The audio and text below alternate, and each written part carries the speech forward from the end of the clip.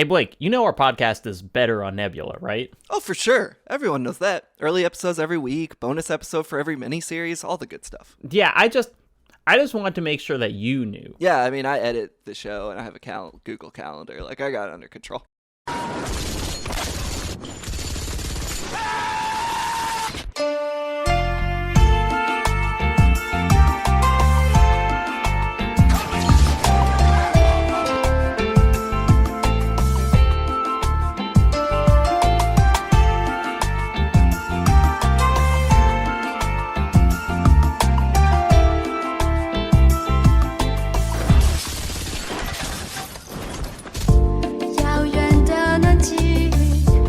Hello and welcome to Season 2 of Something Rotten, a show with Jacob Geller and Blake Hester where we talk about gross, ugly, rotten games.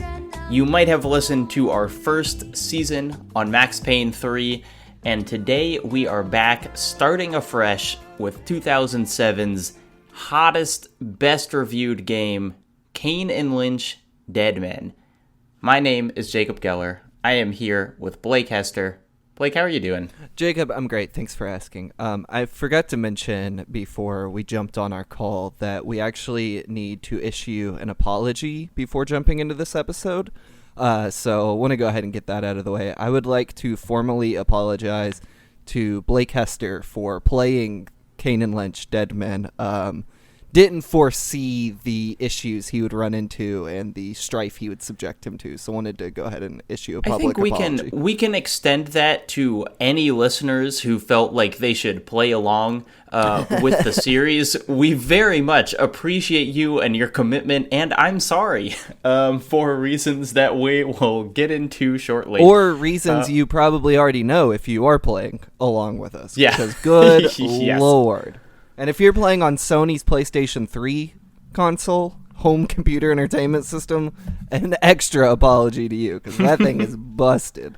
So let's talk a little, before we even get into the game, let's talk about like what we were thinking about with this series and maybe why Kane and Lynch came to mind after Max Payne 3, because we started this and it was a charity stream for Game Query, right, like milestone, where we said if we get this amount of money, Blake and I will do a podcast about Max Payne, which is something that we have, we've both just been obsessed with that game for a while. Yep. I think it is fair to say that neither of us have been obsessed with Kane and Lynch for any period of time. No, I never even touched it until Friday. That's right. But when we were thinking about kind of the unique ugliness of Max Payne 3, or maybe not the unique ugliness, the fact that in a kind of span of around 5 years from maybe 2007 to 2012 or so, there were a lot of games that came out that felt nihilistic and harsh and gross and kind of didn't really have a moral or anything. And that's no spoilers on our thoughts, because I assume Blake hasn't even played the second part of this game yet. But when we were talking about that, at least for me, just the characters of Kane and Lynch came to mind as just like the whole hook of this game is like you're two pissed off white guys who just shoot people, and that's really all I knew about it. But it just seemed to have that vibe, even having never touched the game. Now, having played it, do you think we were right? Like, do you think that it has that sort of vibe? With the caveat that I have not played Kane and Lynch 2 Dog Days yet. I will say, when I envision what Something Rotten is / about, it is basically the any trailer for Kane and Lynch 2 Dog Days is basically like a good visual metaphor for what this show is exploring. This game, no, mainly because it's such a nothing game. Like, I don't know what the conceit for a podcast should be that Kane and Lynch Dead Men would fit in, other than if you want to play, like, I guess, bad, janky games. I'm sure there's lots of podcasts that dissect that. But this game is like nothing. despite there's a lot of messaging around the gritty story Eidos wanted to put out with this, and I play it, and I guess on the surface there's the themes of the Something Rotten podcast, the nihilism and the shitty white dudes, but I was nervous jumping on this call because I didn't know what to dissect about this game other than how bad it feels to play. Well, okay, so I think there's some stuff that we'll be able to talk about because there are little, Max Payne 3 was a game that felt like there was so much going on in every aspect of it that it was like, how can we possibly untangle this knot? That like it's going in every direction and it's making such like big strides in every direction that even getting a handle on what it was challenging. This, I feel like, is eminently conceivable. It's not a confusing game. There's not much going on, but there are little flashes of things that are kind of interesting. And so I think we'll have.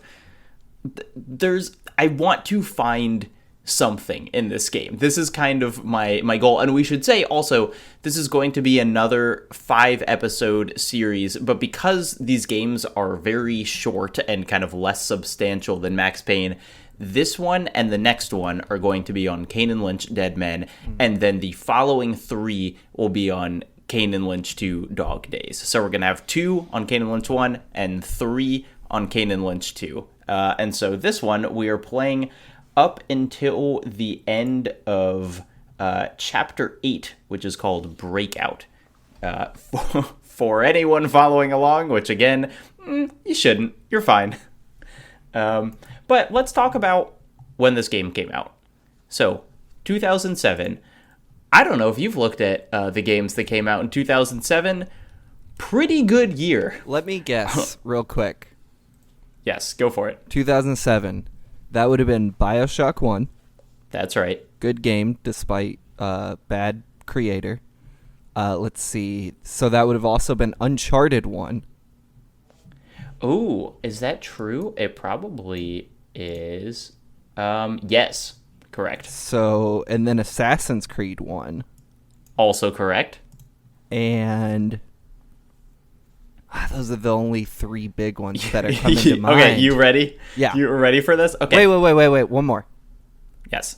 Grand Theft Auto 4? Or was that 2008 or 9?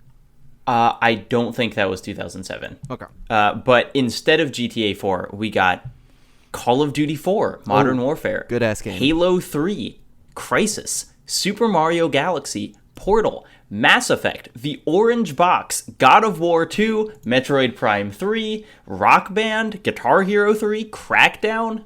It's nuts how many good games came out that year. And so also really quick, Half-Life 2 Episode 2.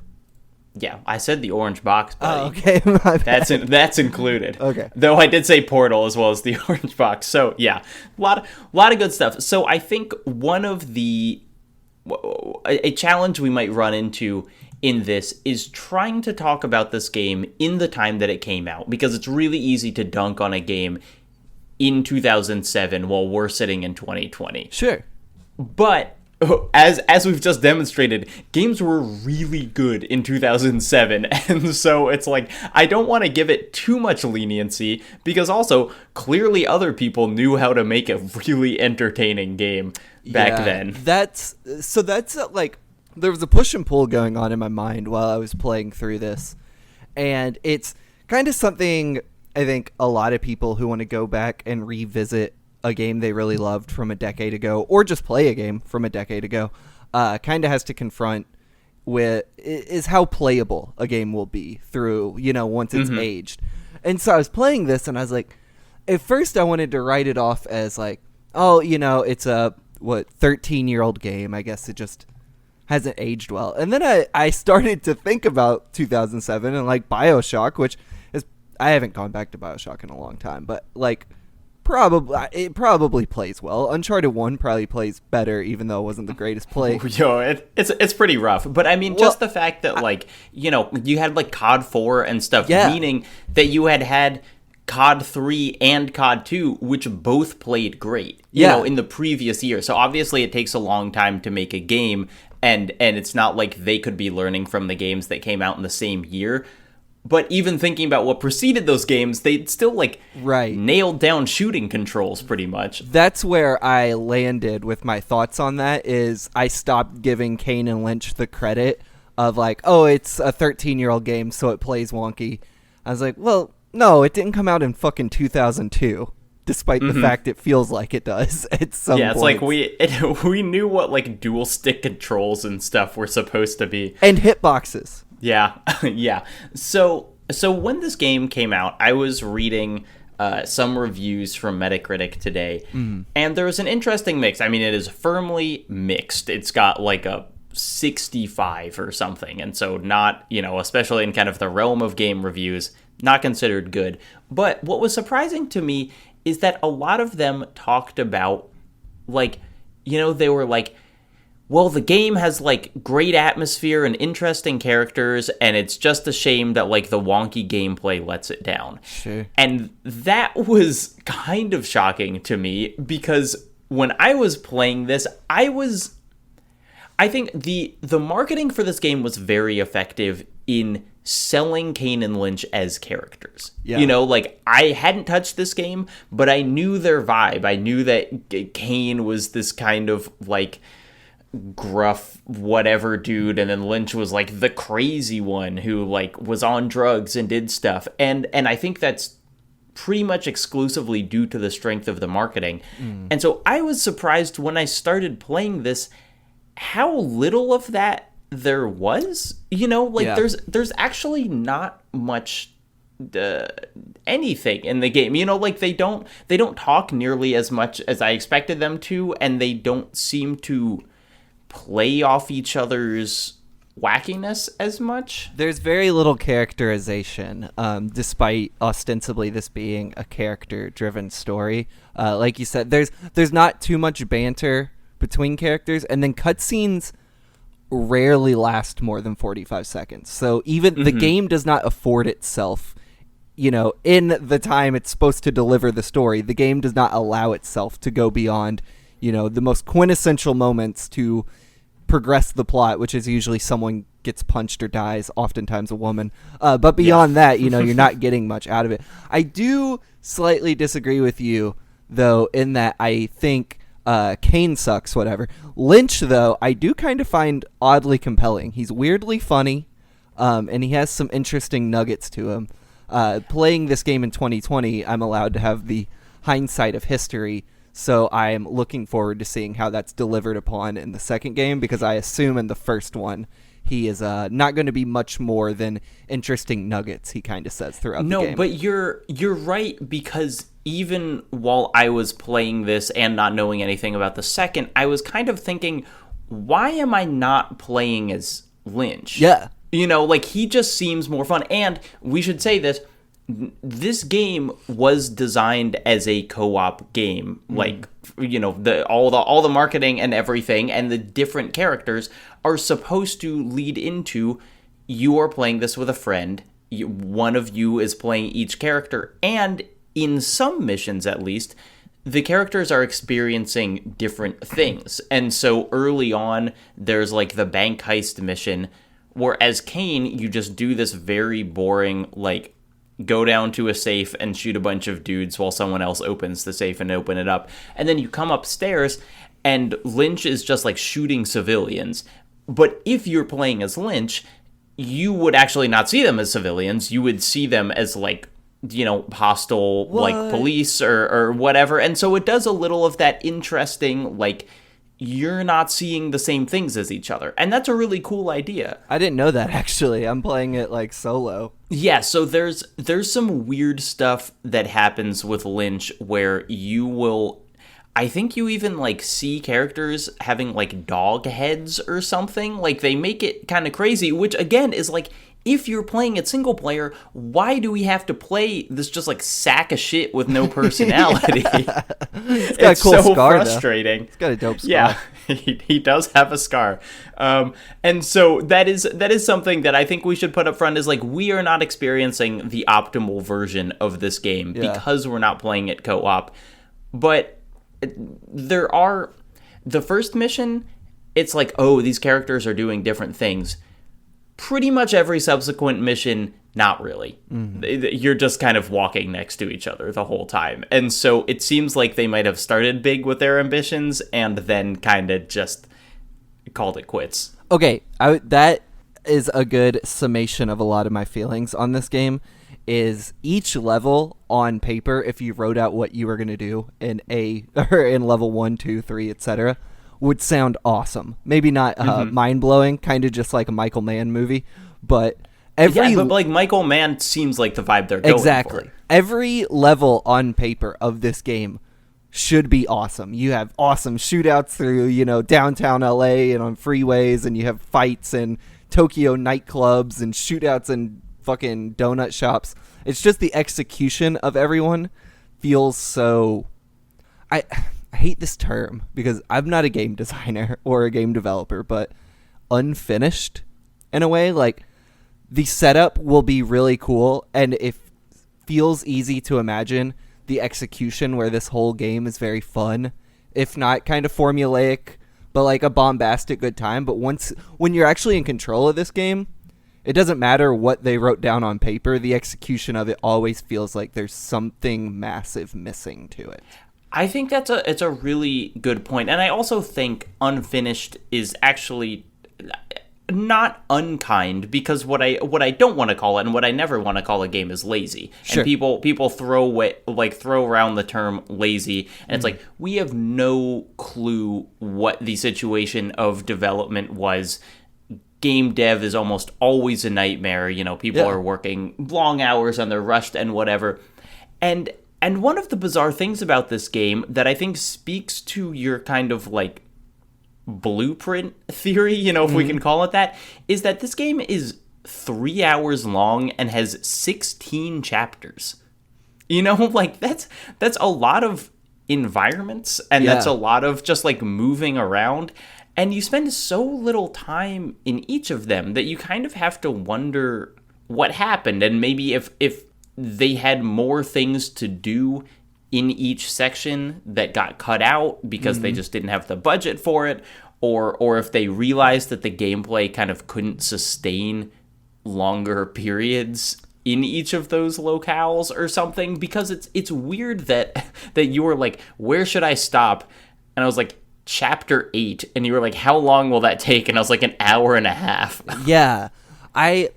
There are parts of this game that are still technically impressive. I think like the nightclub section is something we should talk about. The raw amount of characters this game has on screen, which IO Interactive would actually be like super praised for maybe 5 years later with Hitman Absolution with their crowd tech. No, they even did that before, because they did that with Blood Money, I think. Okay.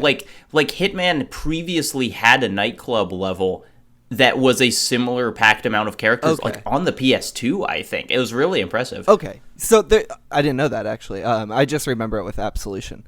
There's a lot of stuff like that where the game is still technically impressive, but then there'll be like the but other then you side have to play it. Yeah, there'll be the other side of the coin of the level. One that sticks in my mind is the chase through downtown LA, which is like cool and fun, and you're like you're in the back of this fucking van just shooting the entire LAPD, which in 2020 that's fucking rad. But you're like, it's this crazy chase, and then after like 4 or 5 minutes of it, they stop sending cops for just 2 or 3 minutes, and you just kind of sit there.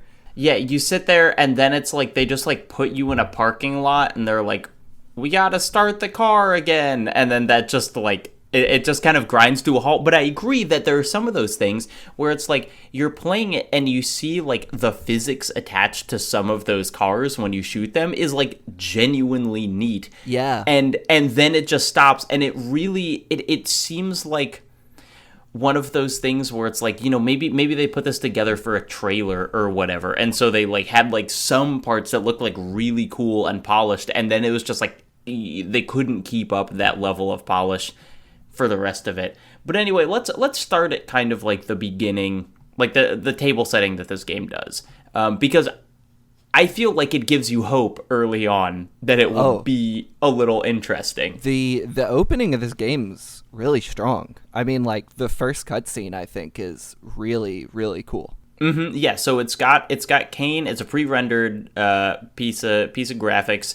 And it's got Kane and kind of just like in these very shadowy environments that you eventually find out is like a prison. You know, that he's being kind of taken from one place to another, and you have definitely kind of tropey but not poorly delivered lines about basically him being a failure of a man, or like wanting to see what we find out is like his family again. Yeah, well, he's ruminating on the end of his life because what we're learning is he's about to be executed. Which right. There is a weird thing with his planned execution. I believe the game insinuates he's only been in prison for like 3 years, which, as far as I understand, if you're on death row, you got to wait like a decade or more before they actually execute you. It wouldn't. I mean, and like in LA is not executing people. Yeah, right. That's another good point there. But. So a little blip in the logic there. But anyway, yeah. So he's on death row, and then you're in a van. And you meet Kane very briefly, and he basically just says to you, like, hey, put your head down. Yeah, that's the moment. And then the van gets hit. That's the moment I really like, is the confusion of that moment. You don't know who this dude is, and all of a sudden, he's part of an orchestrated attack that you seem to be in the middle of. It's a really cool way to get the game going, but also keep the player confused as to what is happening. I really enjoyed that, like, opening few minutes. Yeah, so here's something that happened to me in the few minutes. I had confusion breaking the fourth wall because this is a old game that I was playing on my PC, and the first in-game graphics you see are super out of focus, just incredibly blurry, and I was like, oh god, there's some graphics driver issue that like doesn't work with my 2020 computer. And so as soon as the game started, I like went into my graphics menu and was like, okay, maybe if I like turn off anti-aliasing or something. And then eventually I realized like, oh no, that's just what the game looks like. And it eventually kind of comes together. See, you don't have this problem when you play on PS3. I don't even know what anti-aliasing is. No. So the first couple minutes are interesting, and you're thrown into this kind of chaos, and it is very like beginning of a video game where it's like you don't really have a weapon. A character is basically just telling you to run down a hallway, but there's like enough going on that it's like, oh, this feels kind of neat. Like I will run away from this.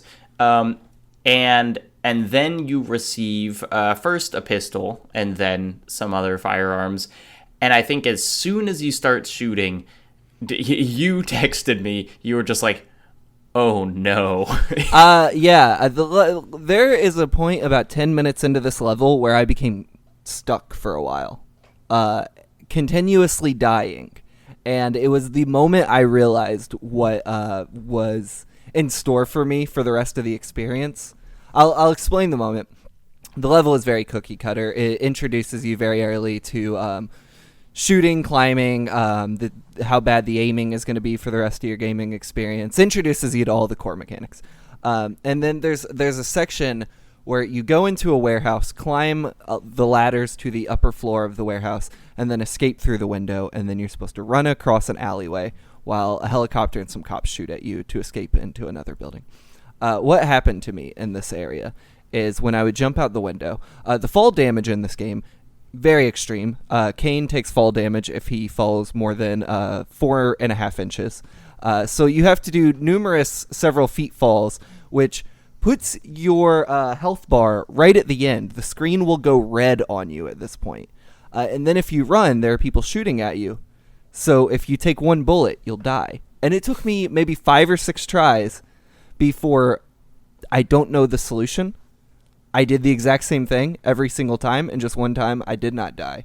But this game, point being, this game taught me very early on that this was going to be a miserable experience by the fact it was inconsistent with how to just get from point A to point B on the pathing. I don't remember having that, but I do remember, just the experience in the first level of like, I think one of the fundamental things that makes shooting so we talked about with Max Payne 3 kind of uncomfortably how responsive the shooting feels in the world, that when you hit someone with a bullet, the way they react to that bullet is incredible. That like the ragdolls in Max Payne 3 still feel about as advanced as like anything we've got in terms of just like what a person being shot feels like. And although that sounds kind of sadistic to talk about, especially in the context of games, that's feedback, and you want to know that you're doing the right thing. And so when the gameplay is you have to shoot people, and when you shoot people, they react really strongly, that's great, because that tells you that you're doing the right thing. In Kane and Lynch, they truly do not react at all. That you basically, there will be an enemy, and you'll have to shoot them 5 times before they die.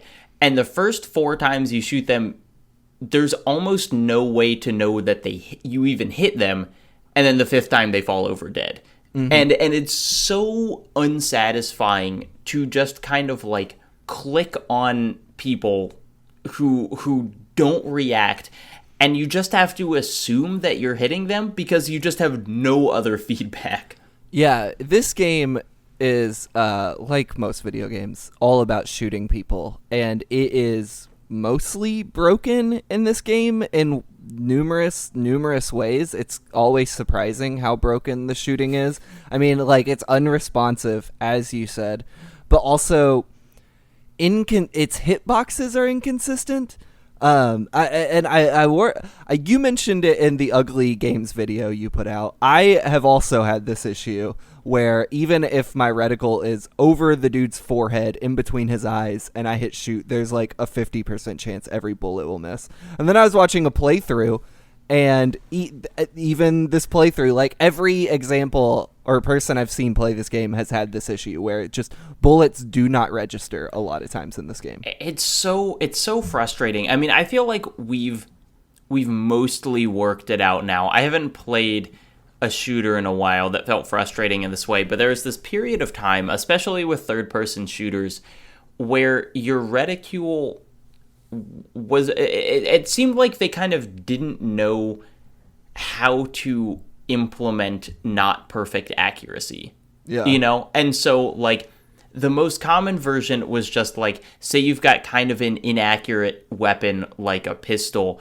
It shows you the range on the screen that the pistol could hit, and it's kind of wide. And so you know that, like, even as much as you try to center it on someone, the bullets might go in one direction or another. But in this, even though the reticule is wide, the actual potential places that your bullets will go is far wider. And so you just have no idea where they're going. And, like, some level of inaccuracy is interesting because you don't want to feel like you're shooting a laser gun.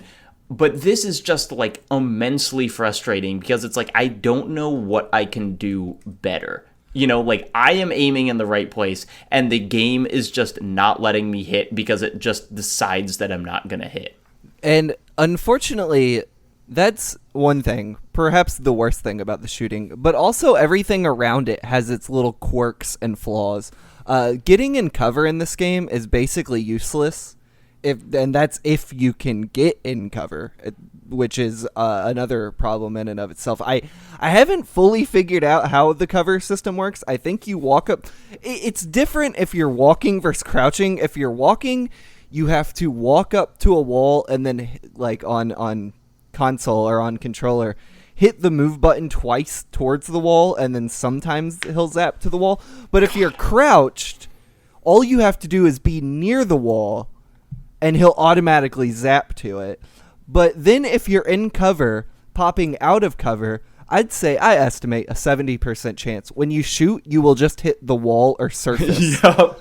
So the move actually is to never be behind cover in this game. It's to stand in the open just so you have a higher chance of your bullets not hitting the surface and then hopefully hitting the intended target. The shooting in this game, and I want to point out, Gears of War 1 came out the year before this game.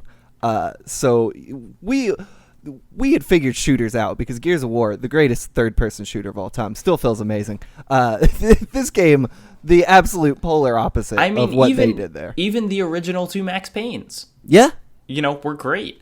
And you're on PC, right? And you had similar issues? Oh, yes. And boy, I'll tell you, it's like you expect a little kind of like inaccuracy with a controller just because it's like it sticks and they're imperfect, but like I am used to clicking on things with a mouse, and so that not working was just like hair-pullingly frustrating. I think that's important to point out that because we had similar conversations when we did Max Payne 3, is the controller being the clearly inferior way to play that game.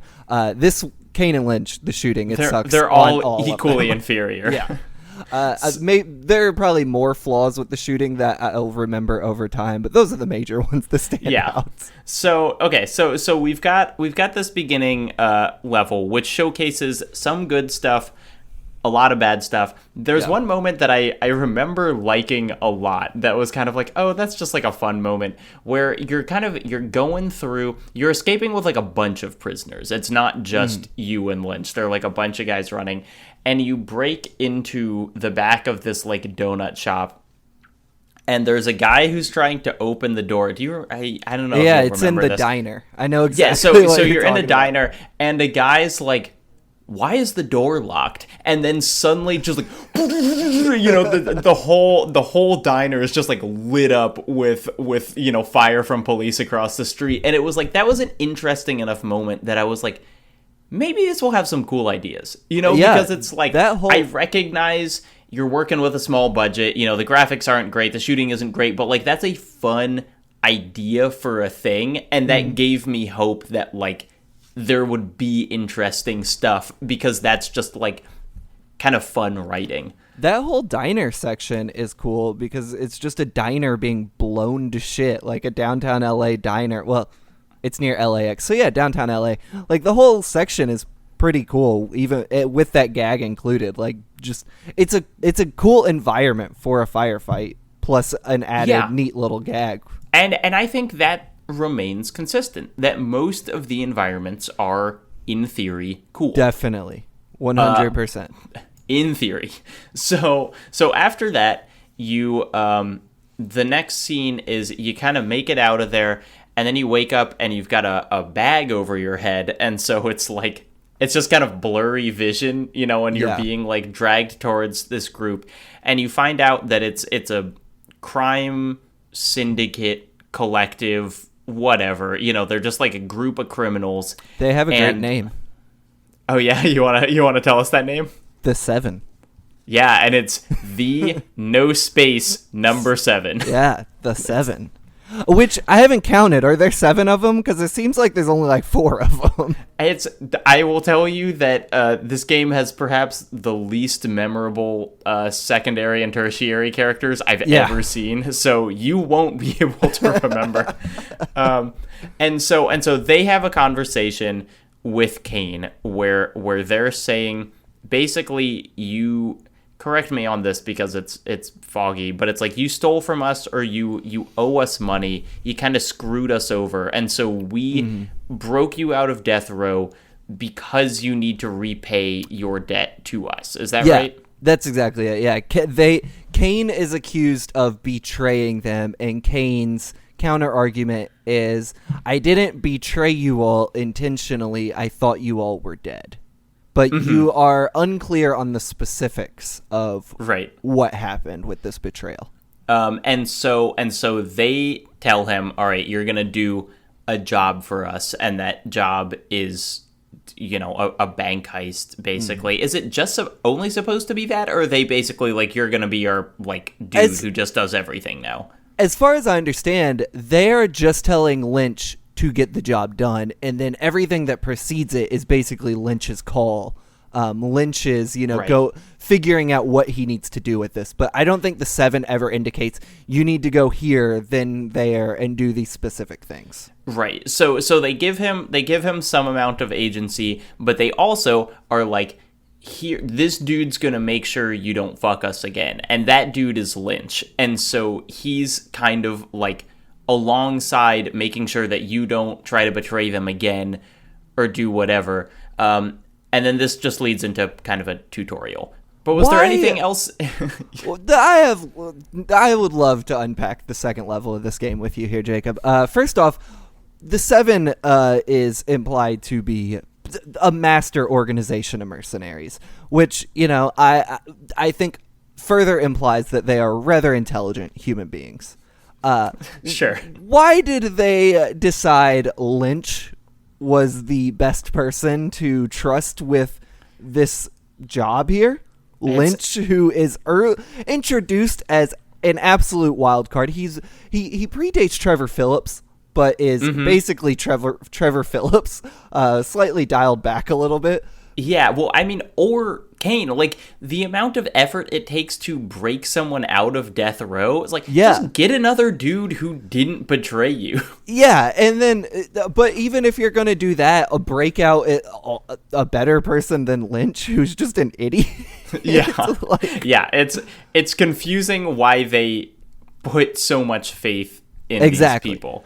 But something that I do find interesting, and I actually really like with their character relationship, is like, Lynch is supposed to be this like crazy wacky dude, and like Trevor in GTA is this wild card who's also like super kind of aggro and like alpha all the time. And something that I find interesting about Lynch is like, Kane is just a piece of shit, and he like yells at him all the time, and Lynch gets kind of like cowed, that he feels like he has kind of an inferiority complex or something. And that's interesting because usually I feel like if you were going to have the like crazy psychopath character, you also make them very confident.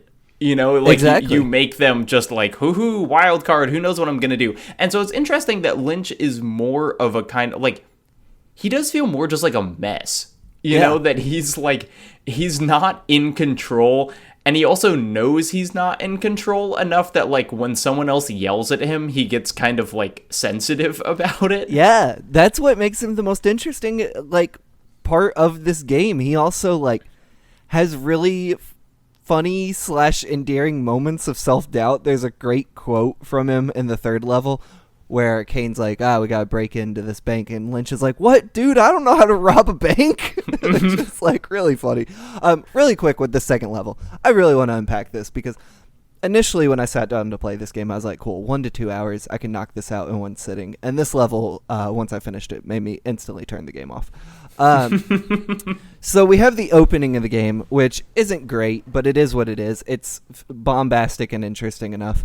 But it serves as the tutorial for the game. It teaches you how to run, jump, shoot, puts you in numerous firefights. And so now you know how to play Kane and Lynch Deadman, and you should be good for the rest of the game. And then level 2 is a forced second tutorial where none of the cool shit happens.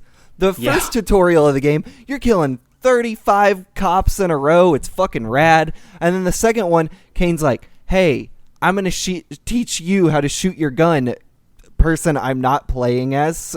And what I'm going to do is shoot mannequins in an abandoned mall. Yeah, it's like the most boring version of a video game tutorial. Exactly, and it follows a video game tutorial. It is so bizarre. I had to turn the game off after this moment. I was over it.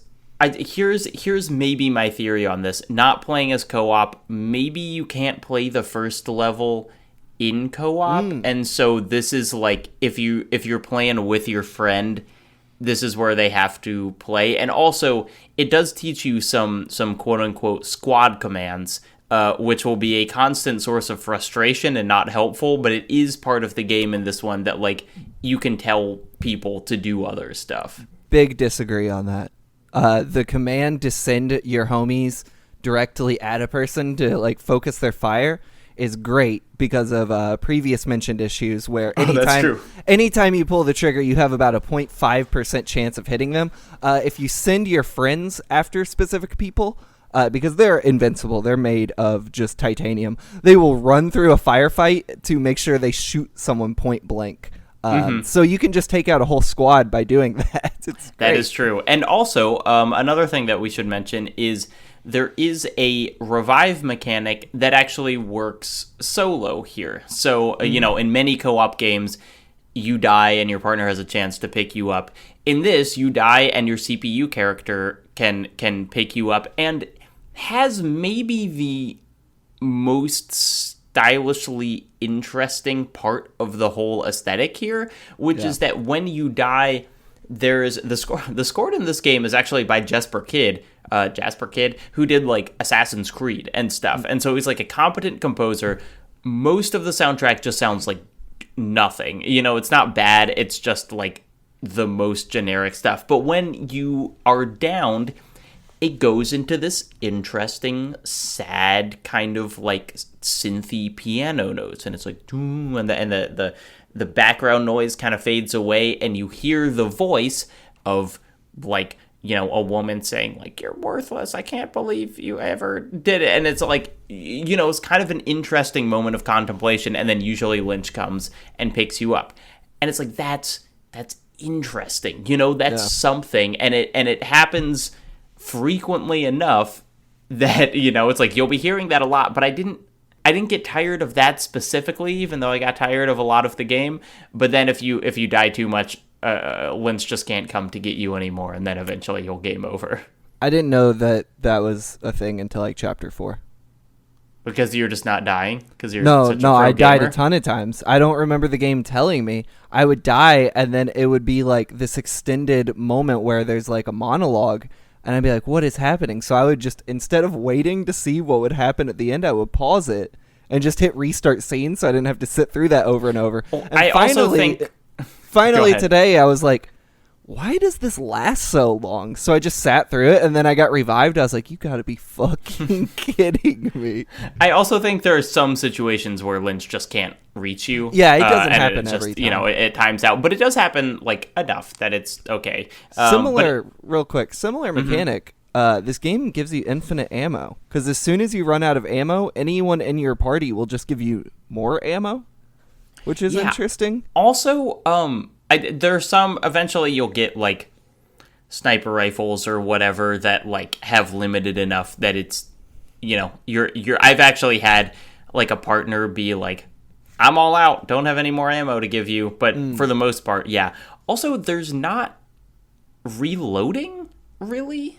Or there is. But it's like you can't really manually do it, or it doesn't indicate. It's weird. So I just learned this. If you shoot at any point, if you wait a couple seconds, it seems like Kane will just automatically reload his weapon, whether you've shot one bullet or 5 or 6. But I think, at least on console, PlayStation specifically, if you press the X button, it will make him reload. But the game never seems to indicate that, but the game is also constantly reloading for you. Yeah, that's what's kind of confusing. It's a weird... Yeah, it just kind of feels like... It feels kind of like a first video game, which is weird that it's, like, from IO, who have, like, made a bunch of good video games before this. It feels like... Every now and then, a game, you'll see early footage of an alpha or beta build of a video game. And it looks weird. Things aren't, the fidelity hasn't been fully loaded in. I don't think that's the proper vocabulary. But the graphics don't look as good as they should. The movement kind of looks wonky as they haven't got all the animations in. Game Informer will publish stuff like this. Or when a game's canceled, you'll see some footage like that come out. This feels like playing one of those. Yeah. It feels... like I'm playing a game that is a year or 2 out from release. In every way, I keep noticing different things, like in cutscenes, it will want to load me into the gameplay section as it's having camera cuts. It's like, this game feels like it's held together with Scotch tape, which if you know anything about game development, when a game's, still a year or 2 out from release, they usually are messes, and this feels like you're playing a build the public was not supposed to play. Yeah, the same tape plastered across Kane's lovable nose. Yeah, where'd that come from, by the way? He got like punched in the face in like the tutorial, right? Oh. So isn't that? It's funny that he's like the most average looking guy in the world, and they're like, we just got to make him interesting. Like, give him a scar and like a broken nose. Like, we have to make him interesting somehow. Did they completely change his look for the second game, or does he just have a beard? He just has a beard. Okay. I mean, he still has like the eye thing, but it's less pronounced. God, I can't wait for the second game. One cool detail about Kane is in the very beginning, Lynch uses a shotgun to shoot your handcuffs off. And when that happened, I was like, man, that's going to blow like metal and like probably bits of concrete from the ground into his hands. And if you look, his hands are all fucked up and bloody from the blowback of that. There you go. Attention to detail. Look, I don't have much else in this game that's keeping me going. So that...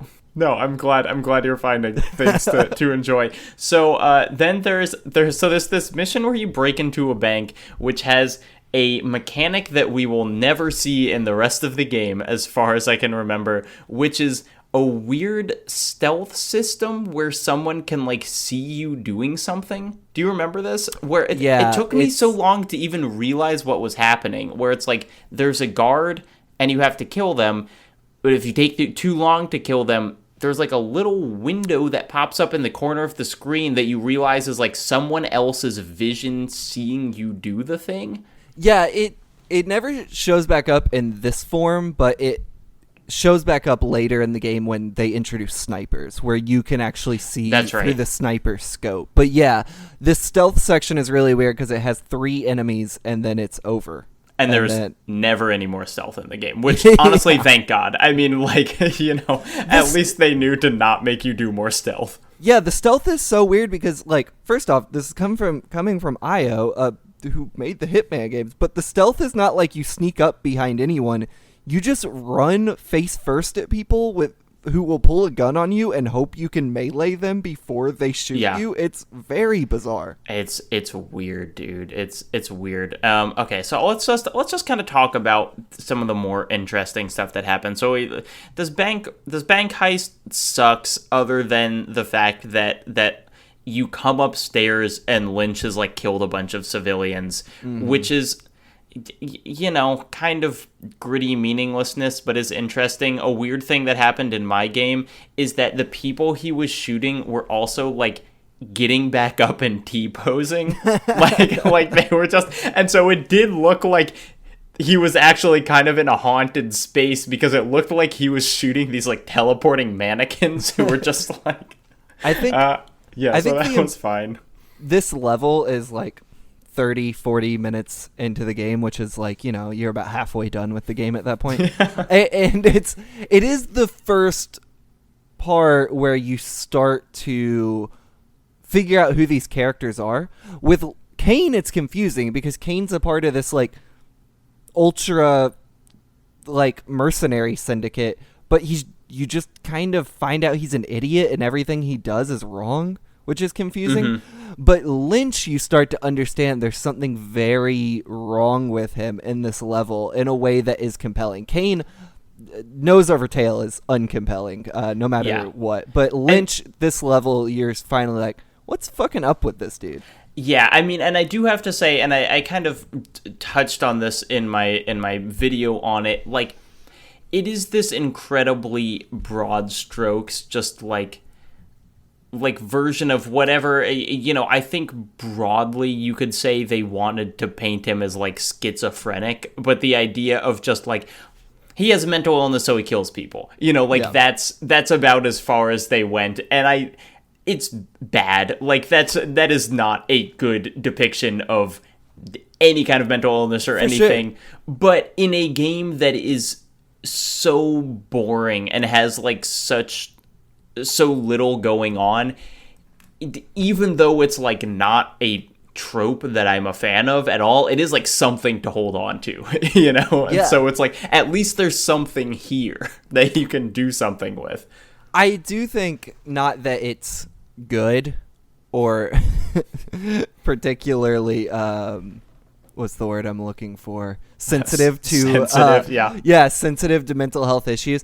You later learn in the next level that Lynch actually blacks out when he has these moments, and you discover that major events later in the game. You discover major events in his life he doesn't remember, major violent events in his life he doesn't remember, and it recontextualizes that bank scene actually, and like. Again, not a sensitive way, but an interesting way. And if you were playing as him, the game would have changed. So it's like that is something. So you escape the bank. You have this big kind of shootout in like across the streets of LA, which is sometimes cool and sometimes just like nothing. And then there is probably the most interesting level so far, which is called the Mizuki, which is inside a nightclub, a Yakuza-led nightclub. And the interesting part about this level is just, like, there are 1 billion people in it. Like, it is so crowded. It is a very cool level, all the way up into the point where it is a very terrible level. Yeah, but to start with, I mean, like, I think one of the good parts is there's actually a pretty long time where you don't shoot anyone. That you're just walking through this nightclub, and it's just kind of like you're just taking in how many people there are here, and it's that kind of like early crowd thing. Like Dead Rising could do 1 million zombies because zombies don't have to be smart, and this has even more because they have to do even less. Like the people are essentially like blades of grass or something. You just kind of walk through them and they move. But it does have that feeling of being in a club where it's like your friend might be 3 people away, but you can't see them because it's just so dense. And you can't run through the crowd. You have to walk very slowly through this nightclub. And that is really cool. Like, you can't do the video game thing where you're sprinting around jumping, while, like, when a normal person would be walking. Like, you have to take the time to work your way through this crowd, and it's impressive for a 2007 game. Yeah, so then there's the unfortunate part, which is the reason you're here, and that is because for whatever reason, help me with this. I don't know. Okay, so there's a woman in the nightclub who is the daughter of one of the Yakuza leaders, and you want to capture her and use her as a bargaining chip. I am not sure for what. A briefcase, I believe. Okay. This game loves briefcases. Yeah, I don't know what exact. I mean, I understand you're taking her hostage, and then you brutalize this poor woman, and then she escapes, and you just brutalize her again, and then the level's over. But the ultimate end goal was completely lost on me. Yeah. I agree. So you come up to her, you just kind of like yell at her and then hit her and duct tape her up. And awful. It's just like, I would have these kind of comments when I was like, well, I have to say something about the treatment of women in these games. Like, I understand that the people are bad. It's like we're not playing as good people, and I'm not asking them to be kind of like, patron saints or whatever. But there is it's not. I just feel like when you're putting images of essentially domestic abuse-esque violence in a game, I don't think it's off limits, but I feel like there should be some purpose to it, and we've gotten to a point where it's like, you know what, not all violence in video games has to be like meaningful. I'm kind of okay with just shooting 1 million like faceless bank guards because whatever. But for me, walking up and just like punching this woman in the mouth, which is essentially what you do, is just like so kind of. It's so meaningless like the rest of the game, but unlike the rest of the game, it's playing with an issue that's like sensitive, and it just doesn't have the sensitivity to do it.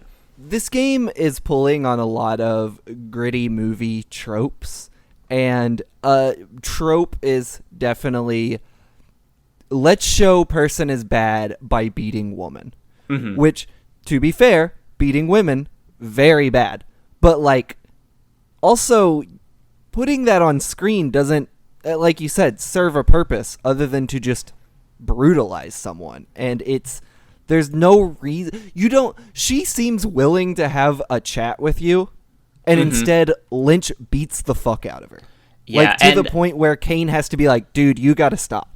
Yeah, I mean, there's a good one of the, like, video game tropes versus women series, or yeah, that's what it's called. Anita Sarkeesian series talks about women as place setting, where it's saying, like, it's not that they're saying beating women is good, but it is saying that this woman exists for no reason other than to get beat up. That her point is to emphasize something else about the environment or the characters, and, like, she herself doesn't matter.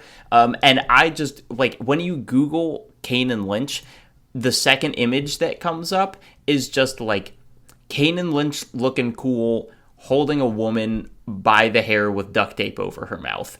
And it's, like, so clearly, like, they're just using her to make a statement about them, and she is utterly meaningless other than that.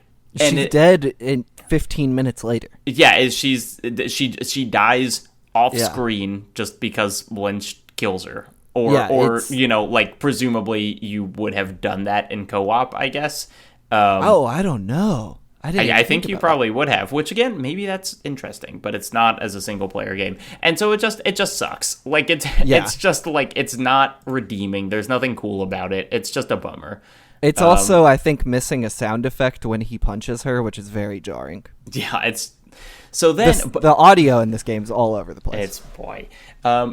Then there is some interesting gameplay, because then you have to go back through the club, which is still filled with people, and is also filled with people trying to shoot you. And so this they didn't necessarily, I would say, if this level was made in 2020, it would be almost as unacceptable as, like, a level where you flew a plane into two buildings. The idea of, like, having a shootout in a nightclub is pretty much a third wire now, and maybe even should have been then.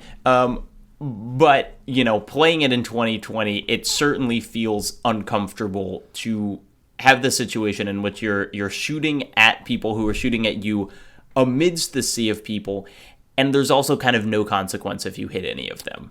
I'm going to implicate myself here real quick. Go for it. What you have to do in this level is work through a sea of people and try to shoot the bad guys, who you can tell are bad guys because they're holding flashlights, which I actually thought was a neat little touch as to signpost who the enemies are. They're very hard to hit because of how many people are running in front of you. And as we said, the guns don't shoot straight. But you can clear those rooms pretty quickly, and so to save myself the frustration, I would blind fire into groups of people to get them to either fall or move out of my way. Because when I said this level was really cool until it got really bad, this is the exact moment I think this level is absolutely miserable. It's frustrating what I liked earlier in the level, where you have to slowly walk through these people. You have to do during firefights now. You cannot run to get to where you're going while you're being shot. It's hard to evade. So that's frustrating. Your vision is often obfuscated by 35 people running in front of you, so you just got to get rid of them somehow. So usually shooting does it. And then this level is nearly pitch black because it's in a club. And your enemies are wearing black suits, so in the event they don't have their flashlights, they're invisible, and they will kill you when they're in a corner and you can't see them. And then after you fight through the entirety of this nightclub, get to the roof, or almost to the roof, she gets away, she runs back to her office, you break into her office, die a million times as you try to figure out how to incapacitate her. It's very dumb and annoying. And then you have to walk the exact same route through this level. Sucks. But the level is empty and dead quiet. and then people are disappearing into the corners because they're wearing black suits, killing you, and you just have to work your way back through. Yeah, I mean, it is like, kind of theoretically, I think it's interesting to have this like 3 different interactions with the same space. That you have like one non-violent with a lot of people, one violent with a lot of people, and then third, violent with no one. And it's interesting how the space is different when there's no one in it from when there were, a million people in it. That all just sounds interesting to talk about, but playing it, it's just not. Like, it's this game is just so aggressively... It's unfun, but it's not unfun in the way that we could say something like, I don't know, Pathologic is, where, like, it's supposed to be unfun to make you think about stuff. Yeah. This is just, like, they wanted it to be fun, and it's not. That's the vibe. The level design is, I don't know, objectively bad for a third-person shooter. Even though a level might have something interesting going on, like there being 200 people in a dance club, it doesn't make sense from a mechanical standpoint once you get into the combat. And this level is a great example of this. This is a cover shooter and now you're in a level with no cover. Yeah. And not only that, your aiming is constantly being fucked up by NPCs running in front of you. So the solution is to commit mass murder just so you can clear your own cone of vision. Like, just from a raw level design standpoint, this game will fail you. It wants to funnel you up staircases a lot of the times, but hide someone right beyond your field of vision. One shotgun blast in this game will kill you. Like, at this level, I think, is the worst offender of the ones we played, of this game just not having level design that makes sense for what the game actually is. Yeah. So then let's just quickly move on. So there's the level exchange, which you're theoretically going to give this woman that you've kidnapped over, but then that doesn't work out because Lynch kills her. So you, as Kane, basically just walk into the middle of this field and then walk back because it's like, oh, we don't have someone to hand off anymore. It's this empty field that within half a second then has 40 people in it. Which is very confusing. And snipers. Great stuff. Sniper's real bad because you do some like pixel hunting, like those old computer games where you do seek and find. It took me forever to find those guys. And then there is the mission Reunion, in which you learn that Kane has a wife and daughter. Oh, no, you learned that in the beginning of the game. You knew that, but you meet them. Right. You meet them, and I think more importantly, I guess you're asked to care about them.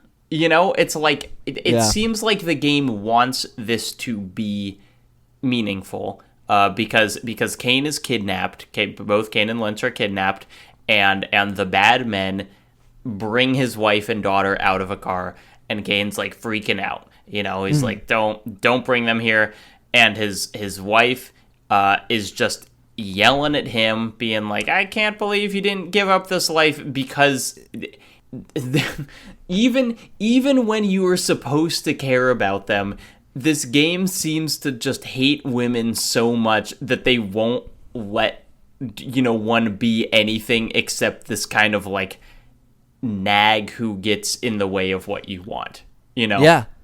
And then fucking gets her brains blown and out. Then just gets shot immediately. She has maybe 40 seconds of screen time. And Kane gets mad, and then you hit people with a shovel, and his daughter does not die. Well, she died about 7 times for me. Okay, yes. This level's very frustrating. Ideally, your daughter does not die. Here's something I will say about this level. Might sound like faint praise. I was trying to hold on to what little there was here. The skybox, like the time of day, it's pretty good. Really interesting. Like, it's good. It's kind of like a sunset-y, and it's like overcast but pink on the outside, and you're in this raining construction site, and so it's that thing where it's raining, but it's also kind of sunny in the distance, and so there's this glow. There are things in this game that are good. Yeah. that's kind of what's frustrating about it, is that maybe it would be even, like, if it was all terrible, we probably wouldn't even be playing it. But, like, there is some stuff in it that's interesting. I'd argue it is all terrible. We're only playing it to get to the sequel. Maybe. Maybe. Though, kudos to this level for introducing the Kane and Lynch horde mode. Oh, yeah. That's pretty cool. I like that happens. You spend 20 minutes fighting 4 hordes, and it takes about 3 minutes to load each different one after you kill a wave. That's really cool. Yeah, and then at the end, I genuinely did laugh when this happens. There's just, like, a giant kind of earth mover truck thing that just breaks through a wall, and in my case, just ran over me and I died. Yeah, it's cool that this game also has a boss fight where I had to go on probably a 13-year-old GameFAQs message board to figure out how to finish, which it's so inconsistent. I could never. It can kill your daughter, even when technically it's not supposed to, if she happens to stand up or it goes off its own track. Because what's supposed to happen is it will drive over you a couple times. But your daughter can stand up and be hit by it, or the truck can go off its normal path where the wheel goes into the ditch you're in. So you might be thinking, like, the truck goes over you, you have time to figure out, I need to shoot this truck. It turns around, and it's supposed to go over you again, turn around, and I'm sure at some point, you may have 3 times before finally it kills you. It can kill you on the first time. Mm-hmm. It's what I learned you have to do. Shout out to whoever wrote this on the GameFAQs message board, is get out of the ditch, climb onto a van nearby to keep yourself safe, and then just spam it with shots. It's confusing, frustrating, confounding, and all the above. It also demands accuracy from you while simultaneously denying you accuracy because of what game it is. Yeah. Real quick question. Does this level take place in Tokyo or Los Angeles? Oh, who knows? It's truly impossible to say. In the Tokyo level, you're like, man, that sucked. Everything went wrong. And then it flashes to Lynch getting punched in the face and then never tells you where you are. Mm-hmm. So confusing. And I will spoil this for you kind of by saying, like, this is, like, the most significant story beat that happens in the entire game. That like, after this, there's kind of not. And so it's weird for several reasons. One, because it's just so poorly done, that it's just like, here's a wife, blammo, here's your daughter, care about her. But also it's weird because this is chapter 7 of a 16-chapter game. And then it's like, for the next 9... you're kind of just not doing anything. Good. This is good. Great. Yeah, so it's... looking forward to it. It's weird, and I don't know, I kind of wish there were more levels like this, because even though it is so, like, dog shit to play, at least there is like a significant change that happens to one of the characters' lives, and then what happens after this is nothing for, like, an hour and a half. Well, it's pretty cool. It's pretty cool that, so you go to bury your dead wife, and then the camera shows what's behind Kane as he's having this emotional moment, and he has stolen the huge truck that is the boss fight and just driven it down the LA freeway.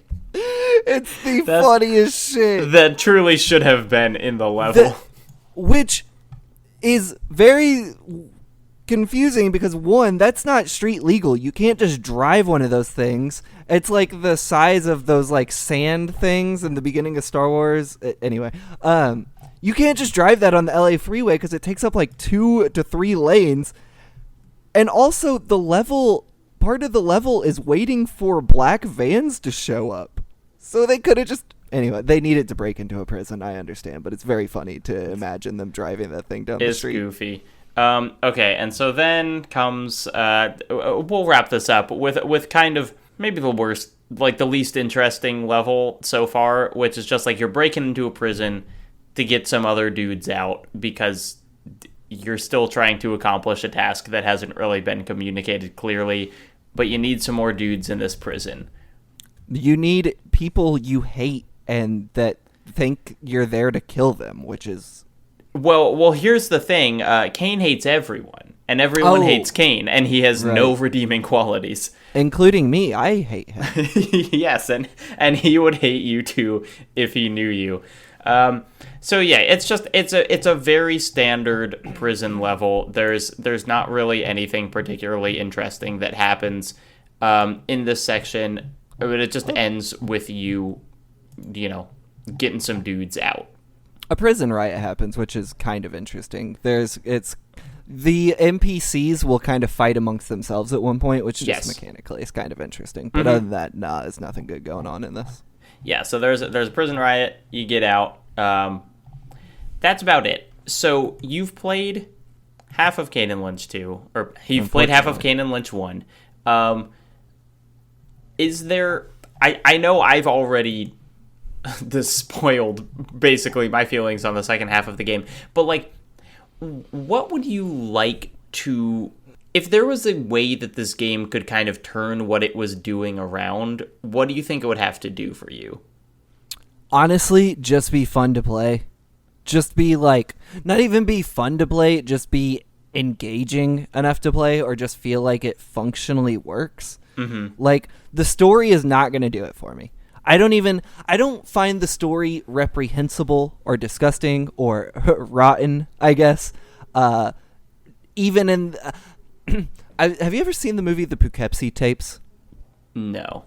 It's a found footage movie that I think New Line was putting out, and they ended up pulling it because it was so honestly disgusting and reprehensible. And I watched it not too long ago. It's a found footage horror movie about a serial killer. Mm-hmm. It is pretty gross and pretty nihilistic. And if we did a movie version of this podcast, we would have to watch the Poughkeepsie Tapes. Sure. But it's interesting enough at what it does that even though I kind of hate it, I'm willing to sit with it and see it through. Kane and Lynch, if you wrote all the story beats down on paper, is also reprehensible in similar ways, but it's just not interesting. So the story is not going to change for me in any ways that I perceive. Mm-hmm. The only thing I want at this point is it to just feel like a functioning video game. Right. And it doesn't make sense that the back half of this game would change mechanically. The last 9 levels really turn it around. Yeah. But like, so that's not going to happen for me. And even the conceit of like this podcast, which is to talk about these like narrative themes, I don't even think it's interesting enough to do that. It's not like, I don't even hate it in an interesting way. It's just uninteresting. It can't even be interesting when it's being gross and disgusting. Right. It's just boring in that way too, which is, luckily it's only 4 hours, which is the mercy of this It's true. game. They really did us a solid with that one.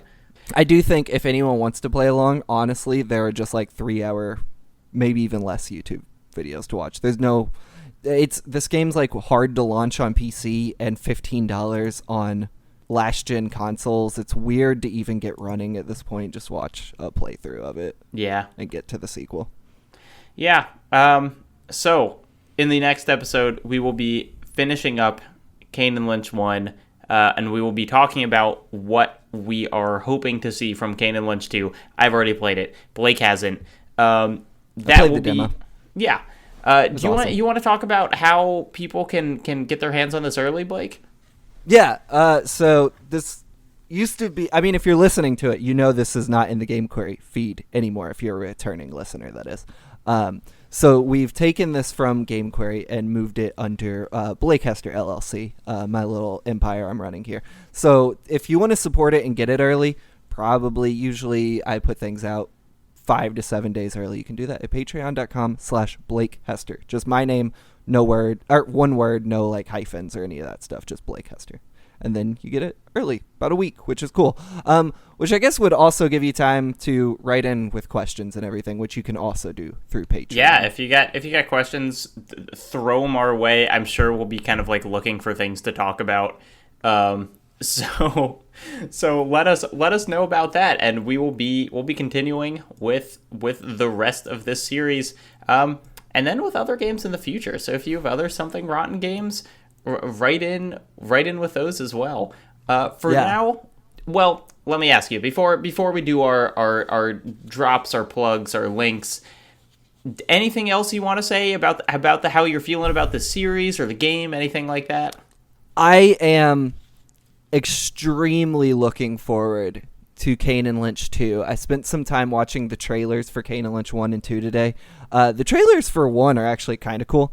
The trailers for 2 are amazing. That game has the grossest, worst style, and I'm excited to engage with it for a similar reason to why I watched all of Poughkeepsie tapes, because I'm not sure I'm going to love that game, but I think I'm going to be interested in seeing that game through and where it takes me. It is an interesting game. I will say, yes, I'm suffering through 1 right now. I'm having a horrible time. We are all suffering. Well, my name is Jacob Geller. You can find my YouTube channel at Jacob Geller, or me on Twitter by also searching that. And that's about it for me. Blake, where can people find you? And also, have you done anything cool lately? You got any good writing in the cooker? No, not really at all. I quit my job at Unwinnable, so that's over. I guess it wasn't technically a job, but no, I have like a huge big thing coming out in November. That's exciting. That I can't talk about, but it's very long. And then maybe something before that fans of Rockstar might want to pay attention to. But I can't talk about either thing. Blake is releasing Agent on PS5. That's right. Finally, it's gonna be worse than Kane and Lynch. But no, right. Actually, I have nothing coming out. So unfortunately, I have nothing to plug. It's not true. We got Something Rotten coming out. That's true. Patreon.com/BlakeHester, where I'm doing this and other podcasts and shit. All right, and so until next time, keep it rotten, keep it sleazy. Should we come up with a catchphrase? No, I'm going to cut that out for keep sure. Keep it rotten, baby. See you next time. Oh, wait, how about this? Keep on rotten in the new world. Keep on rotten in the new world.